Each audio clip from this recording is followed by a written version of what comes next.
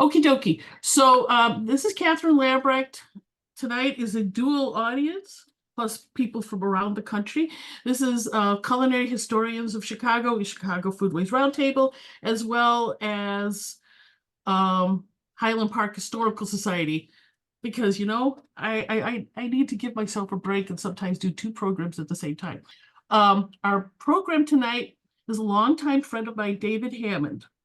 Hello. And we've known each other, I think 22, 23 years, something like that. Sounds right. We started off as friends via Chowhound. And then when we created LTH Forum, we were part of and we still are, we're both moderators there, along with other people who've come on, and many of them have moved on. And so we've known each other a long time. So back, we would have kind of these, I would say, amusing conversations. Sometimes we would talk about, well, what about that raccoon that's invading your garbage, right, David? Uh-huh. And he's speculating how we should try to find a way to eat them. And I actually did go and ask. I did ask some veterans about how to deal with how to dispatch a raccoon, as well as how to dress him for eating later. And they all looked at me like I had two heads, because they were hunters. So of course they handled this. But among our amusing conversations over the years was on cicadas. Because, every once in a while you get the newspaper report and it's telling you the cicadas are coming. Well, it turns out it's another region of the country, not necessarily Chicago. So we would get excited a few times, but 2007, that was our year. Hey, David, do you want to talk about how our adventures in cicadas began from your point of view? Sure. Yeah, it was kind of happenstance, coincidental, unplanned. I had posted on Yelp.com. I think I've only posted on Yelp that one time. It was just kind of getting started then. I posted on there. But yeah, a friend and I were kind of talking about how we might cook cicadas, coming up with some cicada recipes. It was probably 2 or 3 sentences at most. Within 24, 48 hours, I was contacted by Japanese television, German television, Chicago Tonight, Good Morning America. They all wanted to find out about, they all felt that it was news that North Americans, were eating bugs, which, quite honestly, we don't do a lot of the time. So, inspired by the fact that we're going to have a video crews available to shoot us doing this, we thought, well, this might be fun. Let's come up with some recipes for cicadas. So I went out and captured some, brought them home in a little bag, boiled them, fried them. And my wife, Carolyn, who I think has joined the call. She's online now. Yeah. Carolyn made them into some nori rolls. The photo you're seeing on the screen is, of course, fiction. A friend of mine, a videographer, put montage together some images of me sitting at a table with a cicada bursting in the window and a cicada photo over my fireplace. For the last 16 years, I really haven't been that into cicadas, honestly. So it's kind of fun to get back into it. Kathy, you and I should really come up with some new recipes for this new season. We have some standbys. I thought worked pretty well, all things considered. And throughout all of this, just as a note to all who are listening now, I'm not evangelizing that we should all go out and eat cicadas. I do, however, think that cicadas and other insects, like ants and some kinds of beetles, are potentially food for humans. They're already food for a lot of other animals that we eat, like chickens. But I think there's going to come a day, like maybe sometime around 2050, when there'll be 10 billion people on the planet, when all food resources are going to be threatened. And protein is something we all need all the time. So insects can provide that protein. Now, I really doubt that people are ever going to get into eating a bag full of spiders or something like that. However, that is done in some parts of the world. So it's not like that's unheard of on planet Earth. I just think North Americans, people in the United States, are a long way from gobbling down on bugs. Most people find it repulsive. And to be completely honest, I'm not that crazy about it. I mean, I don't really dig eating insects. However, I think experimenting with them as culinary components is very interesting. And I think would do all of us well to get used to the possibility of eating insects, which we all do anyway. I put in some documents, the FDA has estimated we all eat about 2 pounds of bug parts every year. They have a defects handbook that I was able to get a copy of. And for hundreds upon hundreds of different foodstuffs, from meat to grains, vegetables, fruits, and so on, they indicate, the FDA indicates, the maximum amount of insect parts that can be in any of those foods. And I'm assuming that's how they extrapolated, or whoever did this extrapolation, that we eat about 2 pounds of insect parts a year. Because in some foodstuffs like flour or rice or cornmeal, things like that, there are loads of insect parts in there. I mean, insects will get into wherever they're stored, they'll eat a bunch, and then they'll die. And then they'll be ground up into the meal itself. So though it may sound icky to eat insects, and I got to agree with you there, it is kind of icky. But we're doing it all the time, which incidentally is why it's technically impossible to be a true vegan in the United States, probably anywhere in the world, because Let's not frighten people.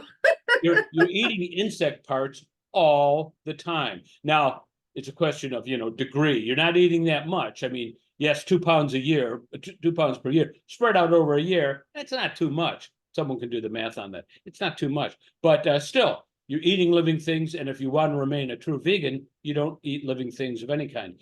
In a moment, if we have time, we'll get to a little letter that was written to me by a PETA organization member after I had an article about cicada cuisine in the Chicago Tribune. PETA tried to convince me maybe that wasn't an awesome idea, but we'll get to that. And incidentally, the PETA person who wrote to me was very nice, not aggressive, not accusatory, trying to build bridges, which I think is the best way to go. If you just confront people and say, you better not eat meat again, people are going to rebel. But if you say, yeah, you might consider making insects a part of your diet in the future at some point, people might listen to you, which is my approach. Okay. Well, let me see if I can get this thing moving. There we go. So back to 2007. And the reason I used 2007 is because we have a complete story, a complete orb. Right now, the 2023, the stories are just beginning. But back then, so the cicadas I found some cicadas exiting their holes on May 4th, 2007, and they were not expected until the 22nd. Cicadas don't necessarily, consult a calendar when they're supposed to do something.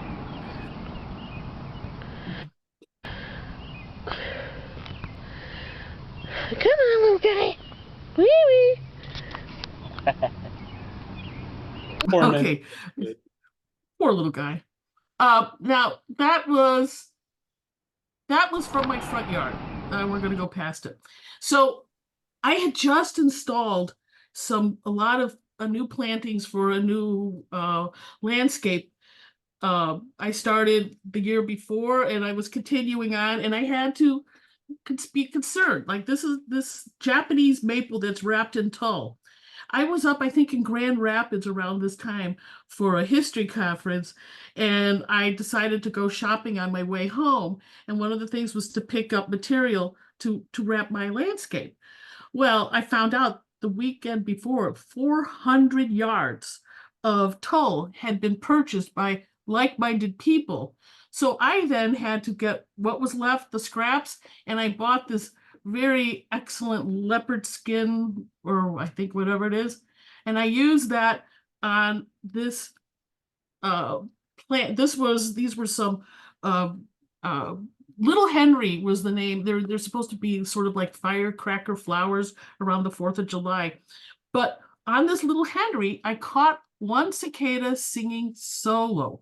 So I decided to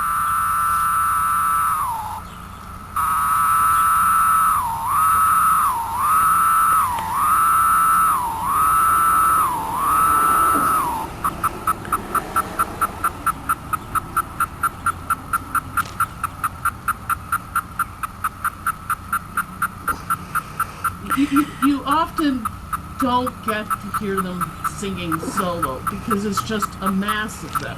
But it was nice to capture this one. Let me see. Here we go. Now, I put it up, and there were a few hundred, views. But this one has had the most views of the Cicada series because what I didn't think about was there's different regions of the country that have the cicada thing going. So when the new group gets it, they find it and admire it, whatever. The next video, okay, that did go right. No, we've done you. Now, this is something that we'll talk about later. We went to a cicada dining party in June, and I collected a whole bunch of these cicadas in a pretty short period. This is them in the little plastic bag. There's no interest in escaping. Dinner time at the OK Corral. Yeah.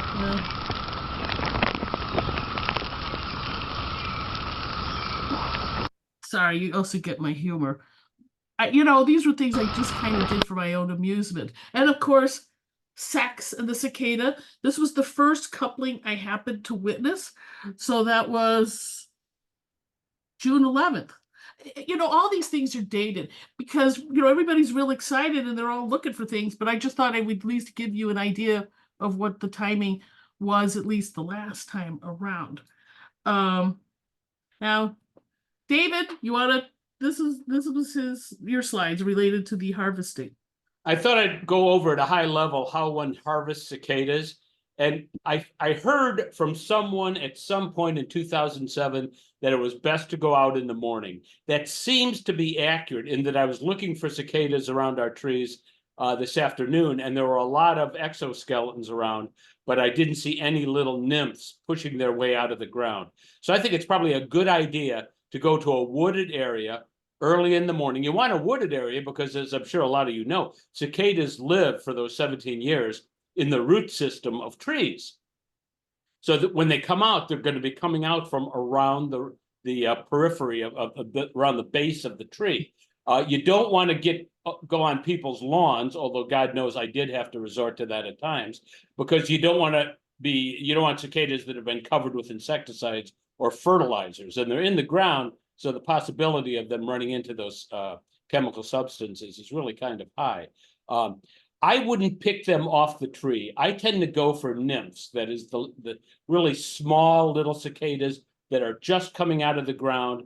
They will, of course, evolve over the next few days and weeks. They'll lose their exoskeleton. This new body will come out of it. And honestly, the look of those cicadas does not appeal to me from a gustatory standpoint at all. I mean, I'd prefer to have the little ones that aren't all that don't have wings yet either. I find them easier to cook with and much less threatening visually. So anyway, I go out and collect the nymphs, collect them in a plastic bag, go home, throw them in the freezer where they are chilled. They pretty much shut down, go into suspended animation when they're in the freezer. And that's for two reasons. One is to keep them fresh. And the other is so that when I finally do have to drop them in the boiling water, they're either half asleep or dazed or something. I mean, no point in being cruel. Or dead. Or dead. Right. Which is kind of what we hope. Hold on. All right, and then you're preparing cicadas. So preparing the cicadas, this is, and we did some of this when WTTW was present. We may have some video footage of that. I dropped the cicadas into boiling water for like 2 minutes. And how many cicadas? Oh, maybe a third of a cup, something like that. Some small quantity, because you want it to be hot water. I mean, I want the cicadas to die as quickly as possible so they don't suffer. But you want to boil them in water for a couple of reasons: to clean them off if there is any dirt on them or any chemical residue. Although getting that off would be very difficult. It basically cleans them off and kills them. Now, Carolyn, my wife, did a batter coating on some of the cicadas. She used like a tempura batter. You can use any kind of batter on their cake batter, for Christ's sake, which some restaurants actually use as tempura batter. It's a nice light covering, and I boil them in oil, of course, for about couple of minutes. I honestly don't know whether it's possible to overcook a cicada. So yeah, the cooking time in the boiling water as well as the frying solution, the oil, very loose. 2 minutes, 3 minutes. I probably wouldn't do it under two. If you do it too long, they might actually start falling apart. So I'd say around 2 to 3 minutes is probably what you want to go for when you're cooking, boiling a cicada. Then they can be used as a garnish, which I don't think we did, Kathy, but I was thinking that would be an easy thing for a cocktail bar to do, a cicada garnish on a cocktail using green chartreuse or some green colored liqueur. Carolyn, my wife, made these nori rolls that I thought were pretty good. I'm sure most people listening have had nori rolls, seaweed rolls in Japanese restaurants. Basically, layer of seaweed paper, layer of rice patted down. Then she put on some wasabi, that horseradish, some plum sauce, and then laid down a little row of cicadas right along the edge there, rolled it up, sliced it. And, it was hard to tell there was a cicada in there, which for some, like my wife, was actually a good thing. You'll see in the video if we have time for it, where she's eating one. Oh, we have time. We're gonna make time for all that great. stuff. When she bit into it, it kind of crunched, and she said, "Yeah, I could just tell myself it's a carrot rather than a cicada." And it could have been either. You don't know, but the thing is, you don't really taste. I don't know what to say. I've probably eaten several dozen cicadas. I can't tell you what it tastes like. But I thought they tasted like salted almonds. I mean, when we have salt on them, or peanut butter. Almonds. There was a vaguish peanut butter taste about some of them, a nutty taste, which I think is common for a lot of insects I've been reading about. There's a kind of a nutty flavor to them, and that's why Kathy and I made these cicadas on jelly on an yes. We're gonna show that in a little bit. I'm getting in our nutritional value. This was David felt was very important. Yeah, and I've heard one calorie of per cicada, by the way. 1 calorie. Well, it depends how you cook them. I mean, if you just I guess so. Sure, they're lower calorie than if you cook them in oil, but the oil adds some, I find, flavor. So I in favor of that. Yeah, there's about 20% protein in 100 grams of cicada, which is more than that you'd find in pork and eggs. Not as much as you would find in beef, which is a primary protein source for many of us. And I love beef. It would be tough for me to give up beef for insects, but I could certainly. I don't think you're going to. I don't think you're going to. Some insects. And the crude fat content is also, as you'd expect, much lower in cicadas as it is in pork or beef. And maybe that's one reason why you don't find that they have a lot of flavor. They don't have a lot of fat. There isn't a lot in there to give them flavor. So I think of them more as a garnish or as a textural component in food rather than a flavor ingredient. But I know Bill, this is one of our, screen friends, LTH friends, Bill from Santa Fe, New Mexico. He's eaten cicadas where they were cooked like in onions and some, basically just fried, but pan fried. He's also done the caterpillar, not the caterpillar, but the thing that comes in summer, crickets. Thank you. Sorry for that. He thought the cicada did not have as good flavor as the crickets. Huh. So there you go. A guy who's Crickets done are everything. eaten all over the world. I mean, crickets are a very popular insect food for people who like insect food. Yeah. Right. And we've done ant eggs in the past. Yes. Mm-hmm. And that was a very interesting experience. They didn't taste, Kathy, did you find that the ant eggs really tasted like anything? No, but but looking them in their egg and after they were cooked, it reminded me of Close Encounters of the Third Kind. At the very end, when the people from the other planet are coming down, because you could sort of see what was going inside. I see. Yeah. It was very cool. But anyway, and now, okay, now you get your eating insects can be good for the environment. And this is from the World Economic Forum, a somewhat conservative organization, if anything. You think so? I think so, yeah. My daughter worked for him for a while, so I kind of know a little about him. Okie doke. And what the World Economic Forum says is edible insects could produce equivalent amounts of quality protein when compared to animals. We know that to be true. There's more protein usually in animal flesh than there is in insects, but in some cases it's pretty close. If you're going to harvest insects for food, they take less care and less upkeep than other protein sources, less land, less feed, less water, less transport. They're easy to take care of. And they're also part of what the World Economic Forum calls a virtuous ecocycle. Now, virtuous is kind of a weird word to use there, but a possible danger with all this, if people got really into eating insects, what are the birds going to eat? What are the chickens going to eat? Kathy, I think we're so. There's always a consequence. There's always an unintended consequence. I don't think we have a hell of a lot to worry about. But it is the case, if people started eating a lot of insects, that could cause problems elsewhere in the ecosystem. But God knows growing beef is causing major problems. And I love beef. I love beef. I love my beef. Okay, so now you wrote an article in the Chicago Tribune on cicadas. And if you want, we could put a link somewhere so that people could follow. I'm not going to read through this article. This was an article that came out last week that I wrote about the upcoming cicada invasion. And Dr. Hunter, if you're listening, I think you entered the group. Thank you so much for agreeing to be interviewed. It was very helpful. You can see right there in the third paragraph, you're mentioned there. Having an authority on these issues is quite helpful, as I am definitely not an entomologist. I don't claim to be an insect expert. I just know a little bit about. But you play one on TV. Well, not really. I play a food expert, but not a insect expert. So then there was a response from PETA, which was, as you said, polite. Yeah. Now this I might actually read portions of.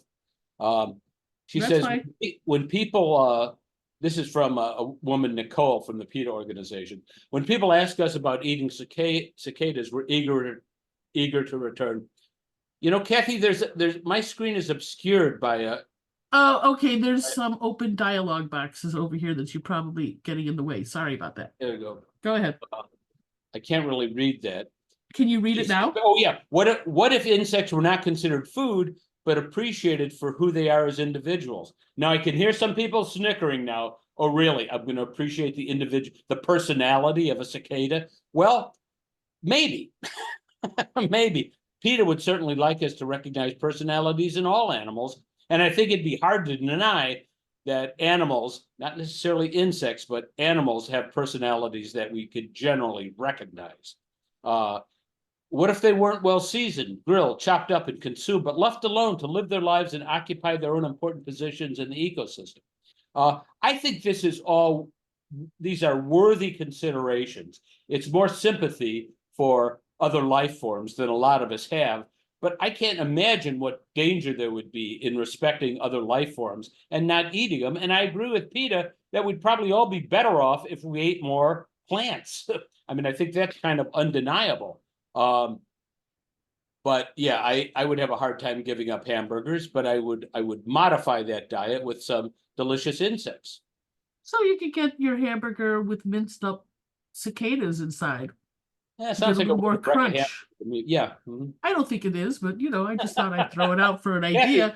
I got to point out, you were one of the most enthusiastic insectivores I've ever met. I mean, it was like the film crew was here, and Kathy's still going, boy, these cicadas just slamming them down. Which I think is fantastic. Well, I mean, you're not going to say, look, come to my kitchen, but I'll cook them for you, but I'm not touching them. That's not my, behavior. Yeah. Okay, now we go back to the story. Here's Good Morning America. And they were visiting May 23rd, and it was Marilyn Postis, who was a neighbor to you, kind of. She lived in Oak Park, but now she lives elsewhere. And I think she was how did that work out with you in Maryland? Was that something of she contacted you, or you all found yourself on a parallel track? Because I wasn't part of that I think intersection. she probably contacted me. I had known of her as she had done the Chef's Guide to Chicago, like stores where you can buy The shopping, yeah, the shopping guide. exotic Yes, and foods she's on- been with us before. So I had kind of we kind of knew of each other. And then when the cicada thing hit, I think she reached out to me. And we're all Oak Parkers. And so that Oh, she was also on LTH at the time. uh-huh. And on the I'm sorry, everybody, I've read most of the things on that website, and I retain enough information that I sometimes look like the idiot savant. Oh, I remember that. And then start giving the details. Yeah, she interacted with us on LTH, on the cicada thread. And then she threw out the idea of having that party. That's how that, I forgot about that. But nonetheless, she does live in Oak Park, and somehow, one way or another, we were all on Good Morning America together, which was a friend of mine was in California, and suddenly saw me because they knew me on TV. It was cool.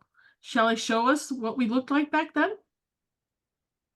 Sure. Yes. Warren. Oh, and by the way, somebody, I don't know if it was the crew or you or somebody, this is a bag full of live cicadas. You could just barely make them out, but they wanted to make sure that we had stuff available no matter what, right? Those are large cicadas. I could tell just looking through the screen there. Yep. Those are way bigger. I mean, those are mature, and I wouldn't use mature cicadas. I think they're kind of grotesque looking, as we'll see in some of the food items that you're about to show us. So sorry for the quality of the video. It is on YouTube, but this was done 17 years ago, and things happen. And on another topic this morning, prepare yourselves because millions of people are going to be blasted by a sound so loud, that sound, for too long. It can be louder than a lawnmower, and it's manufactured by something smaller than a roll of film. It is the music of the cicadas. Yes, indeed, the little red-eyed creatures. There are many breeds of them, and they return on separate cycles. But the ones making their presence known this morning are the Midwesterners, which is where we find Barbara Pinto this morning. She's in Western Springs, Illinois out there. Barbara? Good morning, Diane. They are here, and this is just the start. This tree is filled with hundreds of cicadas. We're still in the early stages here, but you can see some of them shedding their shells so their wings can emerge, and that means only one thing. In just a few days, it's going to become incredibly buggy and unbearably noisy around here. In the suburbs of Chicago, armies of bizarre red-eyed bugs are emerging from nearly 2 decades of life underground. And all of a sudden, we saw the grass starting to move, and we looked closer, and the cicadas were just coming up 4 or 5 at a time. Famous for their mating call, 17-year cicadas are rearing their ugly heads in 5 Midwestern states. This swarm, known as Brood XIII, is expected to be billions strong. The insects attach themselves to just about anything vertical. Basically, they're here to mate, lay eggs, and die in about 30 days. Their ear-splitting plea for love from the males. The deafening song comes from vibrations in a pair of organs in the abdomen called tymbals. An individual cicada can sound as loud as a lawnmower. The reason these cicadas show up every 17 years is a mystery, even to scientists. But the noisy and frighteningly unattractive bugs are otherwise harmless. For cookbook author Marilyn Posius, these rare, creepy crawlers are reason to throw an exotic dinner party. They're good. They're not scary at all. I mean, I really thought they were going to be a lot stranger than they are. They're about 1 calorie each and high in protein. The males are low in fat, the females not so much. On this menu, cicadas tempura, cicadas sushi, a few cicadas on the Barbie. Their little feet kind of hang on to it. The Brood XIII. Thank you. And for cocktail hour, cicada teenies. I found them woodsy, nutty at first, kind of crunchy, and there really was kind of a creamy, peanut buttery taste to them, which was not unpleasant. Now, scientists tell us that nutritionally they are similar to ham. We'll take their word for it. Robin, Diane, back to you. Yeah. Right. That's just fine. We'll take their word for it. We'll be back. I'm a little vague. I'm a little vague on what she means by nutritionally equivalent to ham. maybe in And on protein. another topic this morning, prepare No your... idea. No idea. You know, they say things and maybe somebody said it. But then on May 24th, the very next day, that's when we went and recorded for Chicago Tonight a video. Hey, Kathy, can I jump in and say something here? Sure. Just if you're at home, as you probably are, thinking about eating cicadas, just a word of warning. If you have a crustacean allergy, that is, you're allergic to shrimp or lobster, things like that, you may very well be allergic to cicadas, because cicadas, I think they're in the same phylum. They're related, at any rate, to other arthropods like lobsters and crabs. And if you're allergic to that kind of seafood, you may very well get an allergic reaction. And whether you are or not, when you're eating things like insects that you've never eaten before, have one and wait a while. See how you feel. If you start getting flush or running a fever or feel sick or anything like that, go to the emergency room and don't eat any more cicadas. Now, I've never known that to happen with anyone who's sampled our cicadas, but I certainly think it's possible that could happen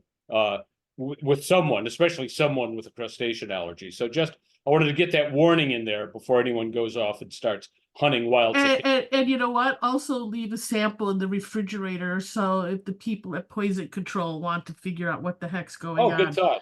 Good thought. Oh, well, it's from the mushroom world, the other world I live in. Okay, so now this is the video. I just installed this. I think it's fair to say that cicada mania is upon us, and depending on where you live, you are, by now, either inundated with the little critters or mystified by all the fuss. And if you're like me, you are beyond mystified by one thing we've been hearing about cicadas, that they are apparently edible.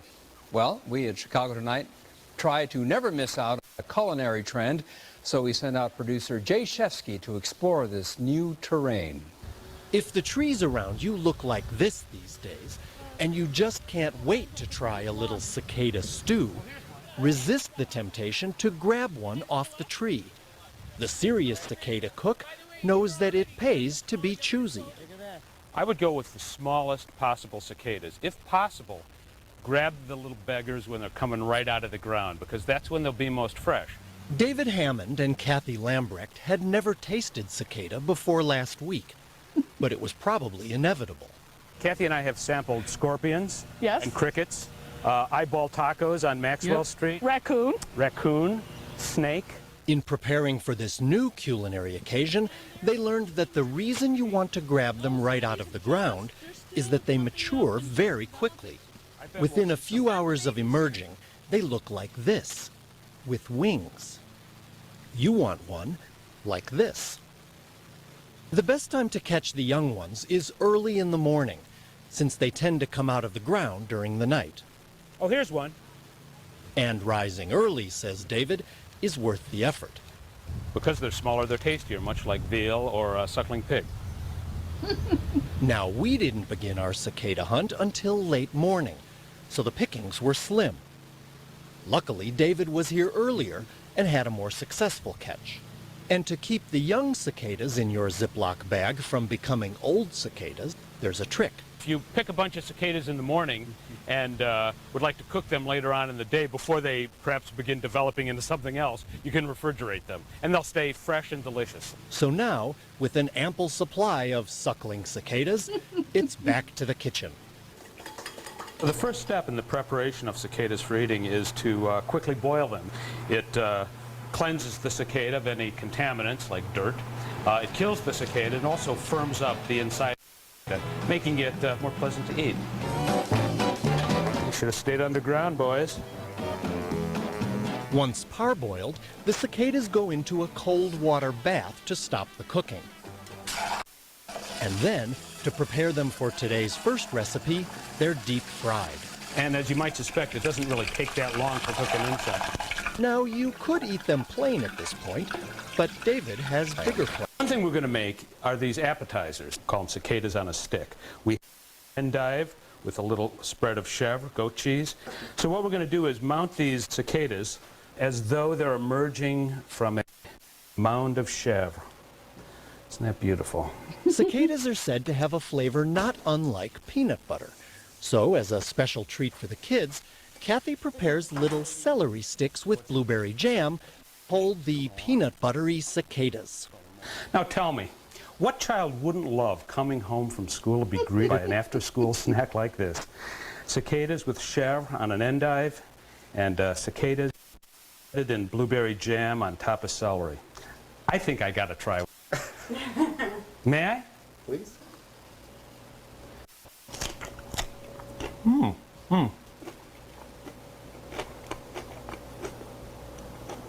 Could use a Pinot Noir. Now, lest you think that there wasn't a real cicada sitting on that goat, we offer an instant replay. And the chef's evaluation? Richness of the chèvre balances the crunchiness and the protein of the bug. So you have a nice balance of crisp and rich, and the endive there is kind of a bitter note to the sweetness in the cheese, and perhaps even a little residual the bug. Makes for a tasty snack. Sweetie, you want some? But those were just the appetizers. Next, cicada sushi. This time, the parboiled cicadas are dipped in tempura batter, and then they're fried. David's wife, Carolyn, is the sushi rolling expert in the family, so she'll do the honors. In addition to the tempura fried cicadas, Carolyn adds carrots, wasabi, and then a Japanese paste and soy sauce. Carolyn may be the sushi roller, but she's more enthusiastic than her husband about actually eating the results. The carrot is a little comfort in there because the carrot is kind of hard and a little bit crunchy. So when you crunch down, you can think, oh, it's just the carrot. And now, in case you won't have a chance to sample cicada cuisine, I'll do it for you. Here goes. I don't even know what's in there. It tastes like a good nori roll. For Chicago Tonight, Try it. Jay Shefsky. Now, one of these perhaps? No. David Hammond is a food writer and one of the moderators of LTHforum.com. Yes. Kathy, Yes, sir. is it possible? I have a question for Dr. Hunter. Is it possible to ask her that question? Sure. Is she, if she's still with us? Yeah, no, she's here. She's here. Oh, a number of people have disappeared, but that's okay. Gina, I just unmuted you, or asked you to unmute if you wish to say something. Gina? That's if you have a microphone. Hello there. Hi, Gina. I have the question I have for you is I made a statement on that video that I just want to confirm with someone who really knows insects. Well, okay, yes, we'll But see if I think it's going to be a fairly simple question for you. When I harvest cicadas early in the morning, I go out and I get the nymphs and I put them in a plastic bag. If I did not refrigerate them, if I just, let's say I brought them home and put them in a large Tupperware container and sealed it off, would they evolve into mature cicadas, or do they need environmental triggers like the trees they climb up to get that process going?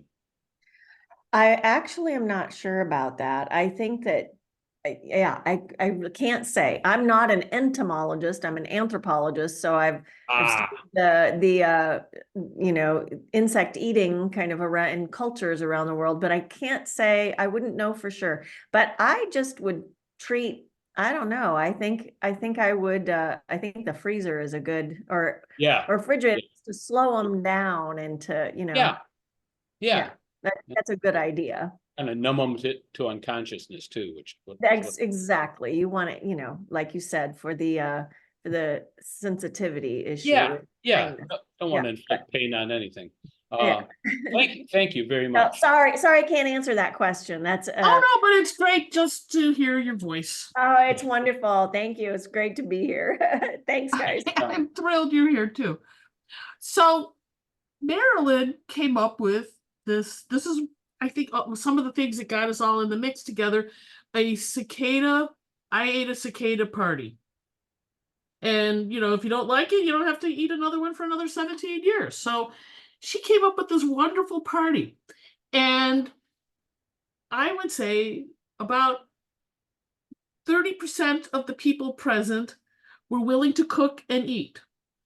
Then there was, this is my opinion, David, I know we don't necessarily agree on this. And then there was the other 70% who wanted to watch the people eat it and enjoy themselves and probably say, look what I did on Saturday night.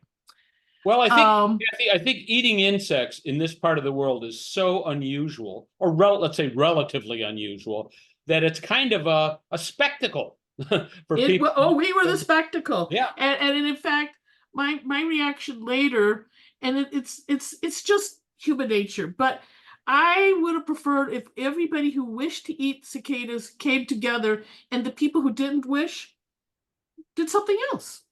Because they were really, so here's a tamale with cicadas in it. That was not something, this had to be another person who came and who put this together. Because I know you and I didn't, and I don't remember Marilyn doing it. And Kathy, you thought that maybe someone inserted these cicadas after they already bought the they bought tamales and then put cicadas in them. I think that's quite possible from the look of those cicadas, but yeah, but you know, but still, it's a clever idea. Yeah, it's a garnish. Then this was my contribution, was cicada adobo. So a friend of mine, mother was a Filipino, and she heard us, or it was talked about this whole business with the cicadas and how I was going to be cooking them. And she goes, well, you know, in the Philippines, we cook insects. Her daughter wasn't aware of that. So this is a very old recipe. This is pre-colonization. It's made with soy sauce. I don't know quite how that got to the Philippines, but it's soy sauce and the vinegar, if you're going to go pre-colonization, was from coconuts. So I had coconut vinegar. I think I still have that jar here after all these years. And you put the cicadas initially into that liquid. And what I found was these cicadas, and I think they're the nymphs, David's preference, started to shrink as they were involved in the liquid. Then you take them out of the liquid and you fry them. And as you fry them, they puffed up again.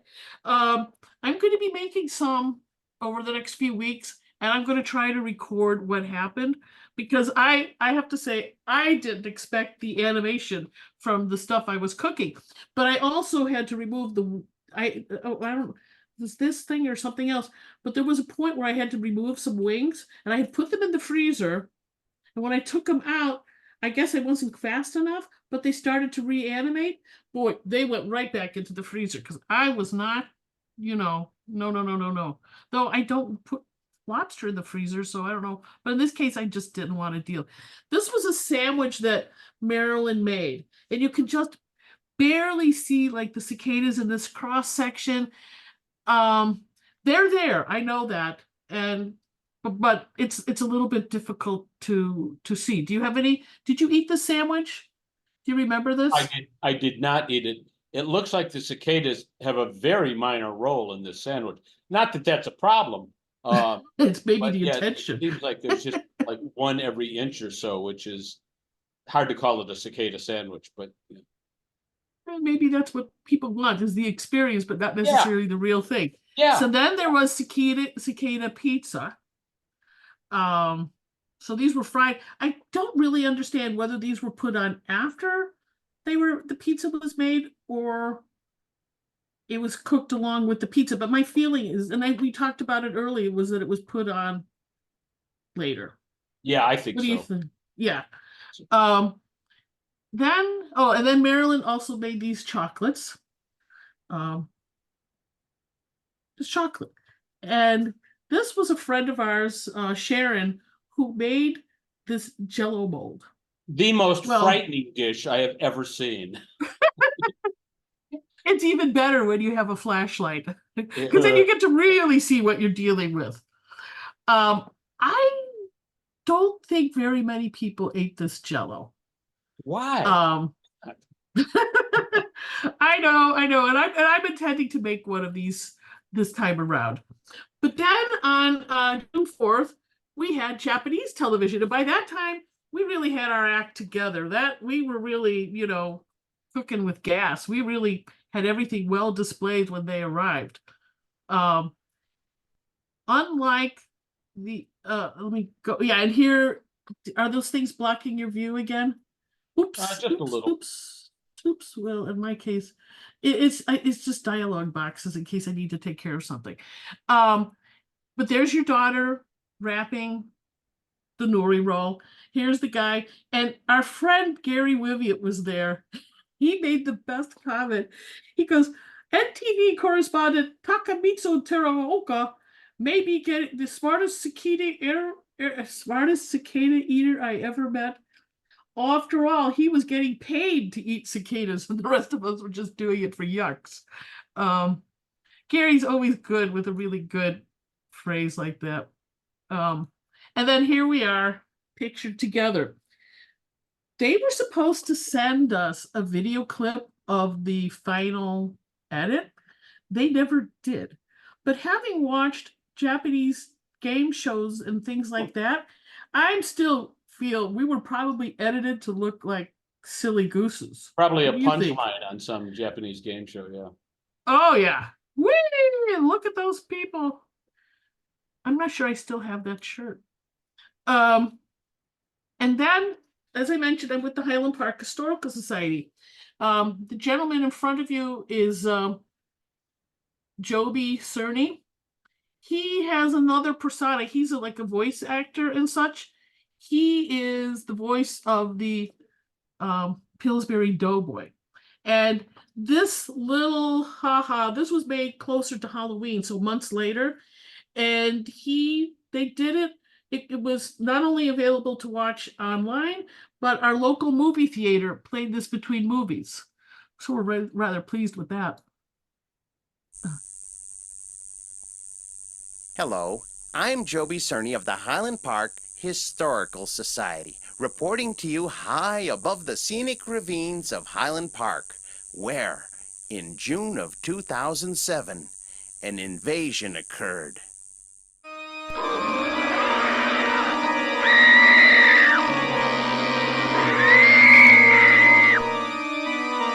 They were everywhere, transforming Highland Park into a 1950s horror movie. By the way, if a man approaches you wearing a cicada costume, asking for donations to save the cicadas, ignore him. Always remember, cicadas aren't cute and cuddly like baby seals. The Highland Park Historical Society is the perfect place to spend Halloween. Boris Karloff, Lon Chaney, and Bela Lugosi are all buried on the grounds. I'm lying. Come to the Highland Park Historical Society for a trick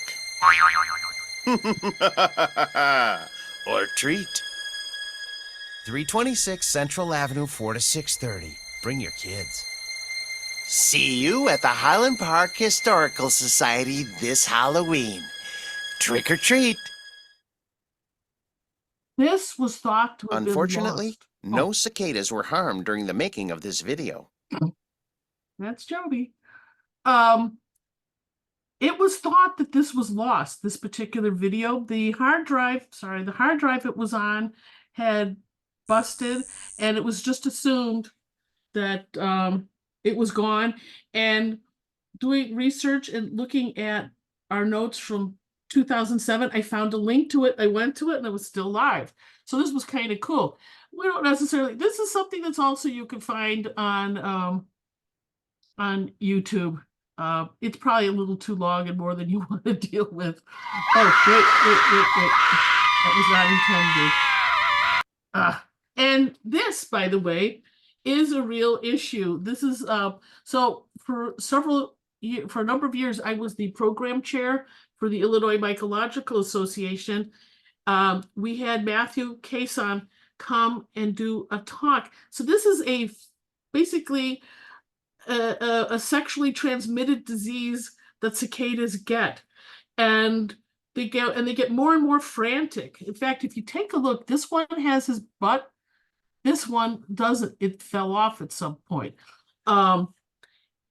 He did a lecture. It's on YouTube. Cicada versus fungi, and next month, the first Monday in May.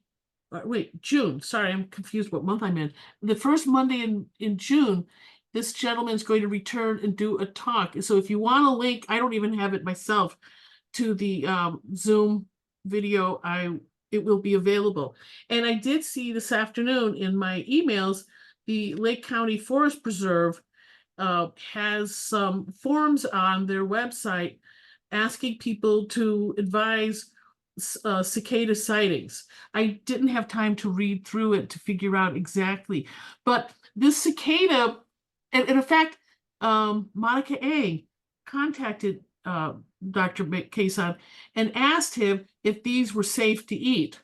Now, frankly, he said they were if you clean them and maybe boiled them in water first. But frankly, there's so many that are good and in good condition. Yeah. Why bother? It just makes no sense. But nonetheless, I think this may be the last slide. Yes, it's the last slide. That's some poetry if you want. So David, this has been fun reviewing our life. You know, there was one slide one photo I didn't see up there, but it's okay because I can. I forgot. That no problem. I was Kathy and I are scheduled to do another presentation in a couple of weeks. So I'm going to get cicadas, of course, and my wife Carolyn will be making nori rolls. But I thought I'd get some other bugs too. And on Amazon, I found that they have these mixed bugs and also black ants, as well as like 6 pages of prepared and packaged insects for your enjoyment. Some of them are, to my way of thinking, out of the question. That is, they have tarantulas, and it's like, I have slight arachnophobia, and the idea of eating a tarantula is like nightmare material for me. I'm not going to do that. However, I intend to eat the ants, which, Gina, I think you had told me that some ants, I don't know if it's these ants, have a pleasant kind of citrusy flavor, and I've read that elsewhere as well. So yeah, there are ants in here, and there's crickets in here, and some little caterpillar pupae. So yeah, I'll bring these to our next presentation, Kathy. We'll see how many people in the audience want to try them. I will definitely. I opened up the microphone for Gina so she could add something. Yeah, my one thought on the ants. I have had ants that are very lemongrass type, flavored, citrusy flavored. Leafcutter ants, I think, are that. And then of course there's honeypot ants, which are very sweet. So so I think ants have some different flavor profiles. But for anybody who is as sophisticated culinarily as you and Catherine are, I think that the basically dehydrated insects that we get from those markets are, a bit of a disappointment. It's nice to be able to have the fresh cicadas there to, to compare with, because it's kind of like, it's the difference between a grape and a raisin. It's it's entirely different thing. So anyway, so just a thought for anybody. Interesting analogy. Interesting. Yeah. Grape and raisin. And you had also said, Jane, I think you're the one who had mentioned this when we were talking, that a lot of the flavor of insects is on the exterior of the insect because they're pheromone based. Yeah, that's my understanding. And so having, so whenever they're washed and boiled and all that, you lose some of the taste, at least for some insects. A lot of people will kind of grab them and just, around the world, they've, termites are kind of a snack food, which will be, often also, fried in oil or something. But then other insects are kind of just eaten, as you find them, like, grubs or other things. And so those, so I think some of the flavor may come from the, from pheromones and other things that are on the surface of the insect that, we kind of get rid of, that when we definitely get rid of when we are boiling and frying and stuff. So hey, Gina, your yeah, I know you're in Bloomington, Illinois. Yep. But not far from you is the 13-year cicada broods. Are you close enough? Or is that in Yeah. your county or just far enough away? I'm far, I think Springfield is the point of kind of overlap. So it'd be a bit Well, south. there's no overlap. They're actually in distinctly two different geographical Right. locations. Yeah, We have there's Brood maybe 13 in the 17 year, and then the other one's like I think Cole County is one of them. there's a few places where within miles you might find Champaign, both. Urbana, around Mhm. there. So, and my sister lives in Shelby, outside of Shelbyville, and she's been sending me videos. Her every vertical surface in her, she lives in the country with lots of wooded trees. So every vertical surface, their hot tub, their, you know, their house, their, you know, everything is covered with cicadas, and they just started singing about So- 2 days ago. Because because you know, one of the things downstate is there's so much agricultural land, and these rely on trees, the Right, right. cicadas. So Well- it's like where you have forested land, or maybe these properties right around farmhouses. Yeah, so where she's at, so further south, right, you get more forested. So especially in like Effingham, Shelbyville area, there's lots of state parks and a lot of kind of hillier countryside that wasn't, it's not like central Illinois where I'm at in Bloomington, where it is flat to the horizon in every direction. And so, yeah, so we may not have as, I don't expect that I'll see nearly as many as my sister has. The one thing that's I went to the Dunn Museum, the Lake County Museum, which has a very good exhibit on cicadas presently, and it's done by they have two elements. One is a scientific, you know, somebody who does scientific drawing, and then the other one is this researcher who's been doing it since the 70s. And one of the things that came up was everybody thinks, oh, they're this timetable. Well, they have what they call stragglers. And one of the straggler groups related to the group that's right now popping up came up 3-4 years ago. Wow. A fairly large portion, somewhere around where I happen to live, so around Highland Park or so.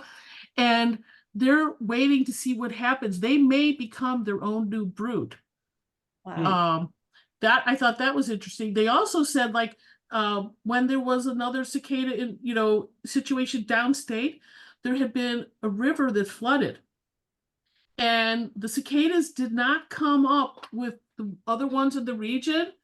But once the water table went down and the environment shifted, 6 weeks later, boop boop boop boop, look who's here. So they're not like that, and there's even there may be some that will pop up a year or two from now that should have been coming up today. So they're kind of interesting characters. And in fact, there's a gentleman from here in Highland Park, a very scholarly guy, late 19th century, early 20th century, and he did a lot of writing up about the broods at that time. So and I think, you know, it was a big surprise. Oh, by the way, so the other piece of information, and I have a feeling it's related to the periodic cicadas that we're dealing with presently, but they said these type of cicadas, it's North America, it's India, and Fiji. Wow. Not everywhere else. Isn't that interesting? Fascinating. Yeah. Hey, Kathy, I know we're getting ready to close out here, but I was just going through the meeting chat, and Stacy had said that she put cicadas in a box on her porch, and while they were in the box, they evolved into mature forms. So that answers my question. That will they evolve if they're not outside in nature? And apparently the answer is yes, they will. So best to put them in the freezer so they don't evolve. Yeah, exactly. Well, yeah, I mean, you know, but we're doing it so we can harvest and eat them, right? We have a higher level of whatever. Now Carrie Tilley mentioned that her 4th grade science project was insect eating, and she made and served grasshopper bread, which was basically zucchini bread with grasshopper parts. You had a great teacher. Yeah. I mean, I would have gone to that. And Cynthia Clampett pointed out that crickets, as well as grasshoppers and locusts, are actually kosher. So glad to know they taste better.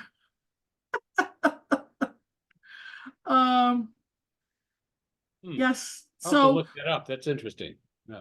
it sure is. And Noma, that was that, was it Modernist Cuisine restaurant up in Scandinavia?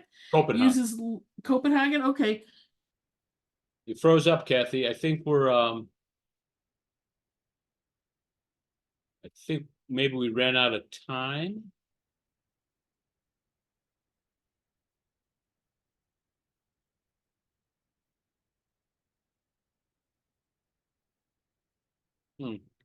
Well, I'm not sure what's happening here. I'm not sure if anyone can hear me, or whether we're still rolling, but it's past 8 o'clock. So I think I will end this meeting in the absence of Kathy Lambrecht. I hope that's okay with her. And I want to, if you can hear me, I want to thank everyone for coming and for contributing. Some of the comments here are just fantastic. So thank you very much. Happy hunting. Hope you find some cicadas you can turn into delicious dishes. And see you on the other side. Take it easy. Bye. My internet pooped out and disappeared. So I'm sorry, but I'm glad you all came tonight. But thank you.